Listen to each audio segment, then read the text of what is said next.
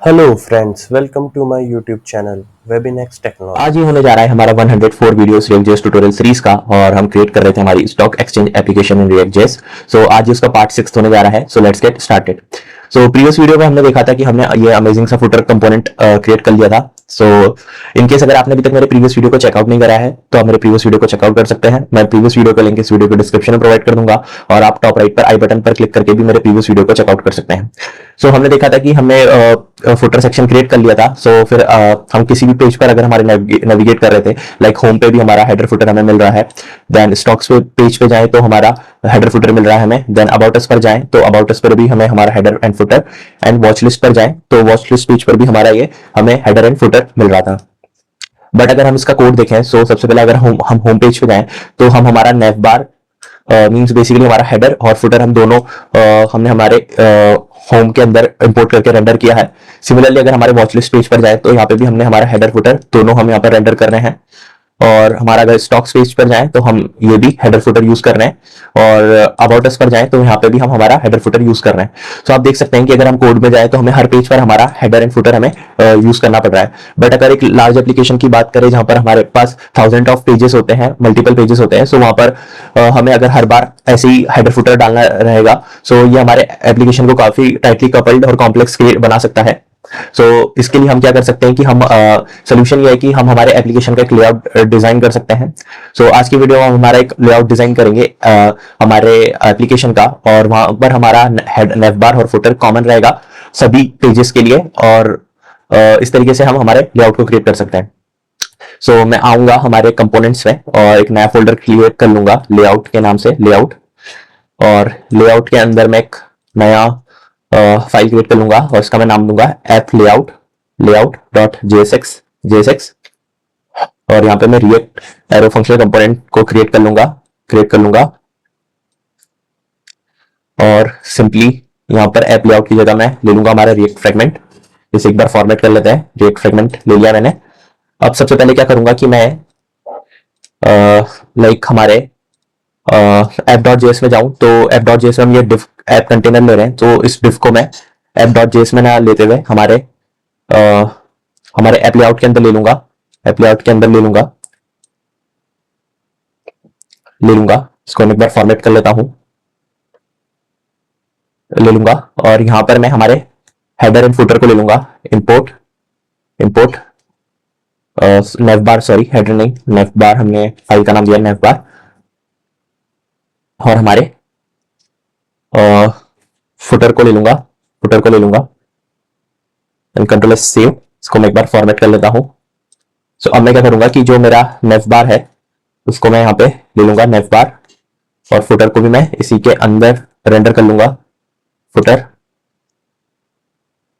और इसे एक बार प्रॉपर्ली हम फॉर्मेट कर लेते हैं, देन कंट्रोल एस सेव। अगर अभी मैं रिफ्रेश करूं तो हमारे वॉच लिस्ट में ये फुटर थोड़ा सा चेंज हुआ है, जो कि होना नहीं चाहिए था वैसे। ये हमारा चेंज इसलिए हो रहा है क्योंकि हमने ऐप डॉट जेएस के अंदर जो हमारा कंटेनर लिया था, वो डिव लिया था ऐप कंटेनर, वो हमने ऐप लेआउट के अंदर भी मूव कर दिया है, तो इस वजह से ये हमारा डिजाइन ब्रेक हो रहा है।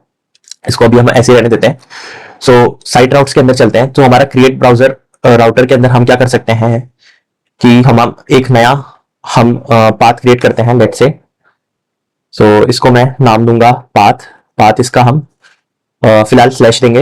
ये हमारा कॉमन रहेगा।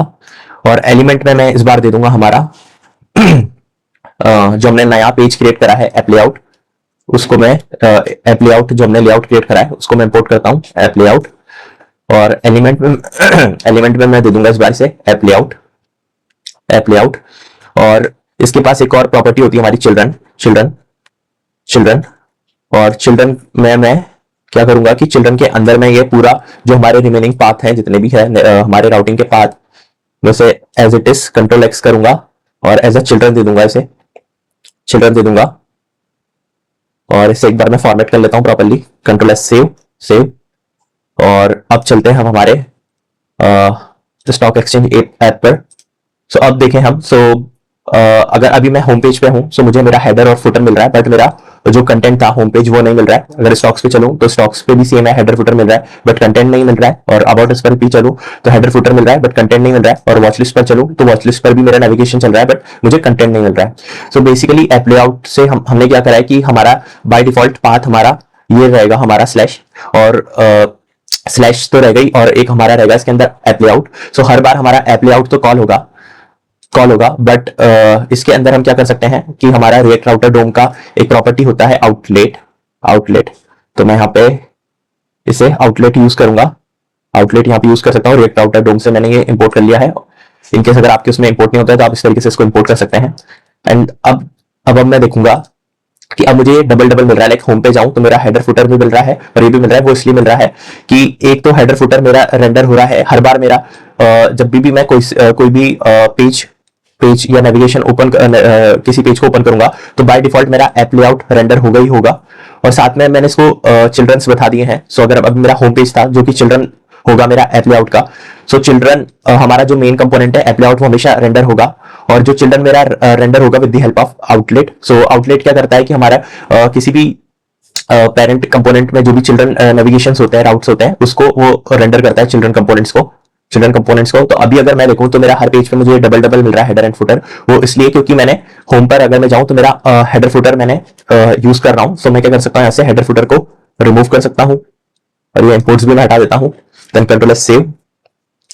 सो अब मैं देखो अगर मैं होम पर जाऊं तो मुझे सिर्फ मेरा एक बार हेडर फुटर मिल रहा है और मेरा मेन कंटेंट भी मुझे मिल रहा है।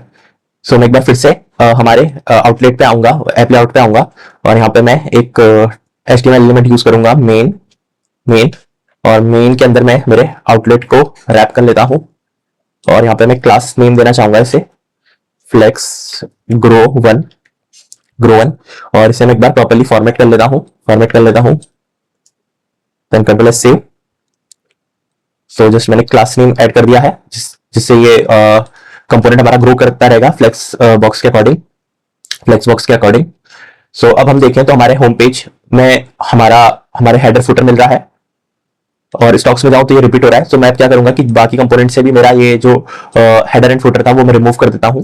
सो अब मैं यहां से भी हमारे वॉच लिस्ट से यहाँ पे नेव बार और ये हटा देता हूं दोनों, और इंपोर्ट्स की भी अब हमें नीड नहीं है। कंट्रोल एस सेव और फिर हमारा अबाउट अस से भी हम रिमूव कर देंगे।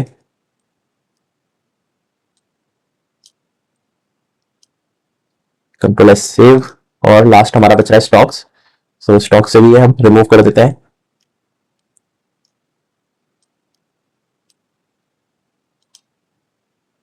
इसे फॉर्मेट कर लेते हैं शिफ्ट एफ की हेल्प से। Then control S save. So server हमारा ऑलरेडी अप एंड रनिंग है। सीधे ब्राउजर पर चलते हैं। सो यस, अब हमारा स्टॉक पेज में भी हमारा हेडर फुटर मिल रहा है, अबाउट अस में भी मिल रहा है और वॉच लिस्ट में मिल रहा है और होम पे भी हमें हेडर फुटर मिल रहा है। सो इस तरीके से लाइक हम हमारे आउटलेट की हेल्प से हमने देखा कि हमने हमारा एक ऐप लेआउट, पूरी एप्लीकेशन का एक लेआउट कर दिया है क्रिएट, और जिसमें हमारा हेडर एंड फुटर एक बार कॉमन है और सिर्फ हमारा हर बार जो भी अगर हम नेविगेशन खोलते हैं, स्टॉक्स खोलते हैं, तो उसमें हमारा बस मेन कंटेंट चेंज हो रहा है with the help of outlet. और ये आउटलेट हमें मिलता है रिएक्ट राउटर डोम से।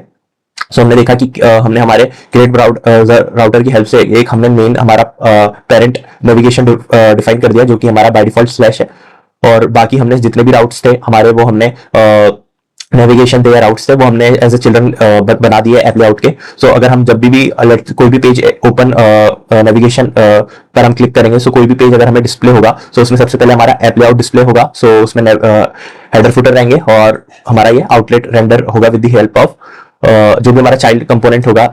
बेसिकली हमारा स्टॉक्स के अंदर जो भी मेन कंटेंट होगा वो रेंडर होगा with the help of outlet. So इस तरीके से लाइक हमारा ये डिजाइन हमारा कॉमन रहेगा, हेडर एंड फुटर सिर्फ हमारे लेआउट के अंदर। सो ये इससे हमारा लाइक हमें मल्टीपल पेजेस में हमारे हेडर फुटर इंक्लूड करने की नीड नहीं रहेगी। हम एक ही जगह से सारी चीजें मेंटेन कर सकते हैं। सो आज की वीडियो के लिए बस इतना ही। इसकी एप्लीकेशन की, स्टॉक एक्सचेंज एप्लीकेशन की हम इम्प्लीमेंटेशन आगे नेक्स्ट वीडियो में कंटिन्यू करेंगे। तो आज की वीडियो के लिए बस इतना ही। Thank you so much and good bye. अगर आपको ये मेरा वीडियो अच्छा लगा तो please like this video and subscribe to my channel. Thank you.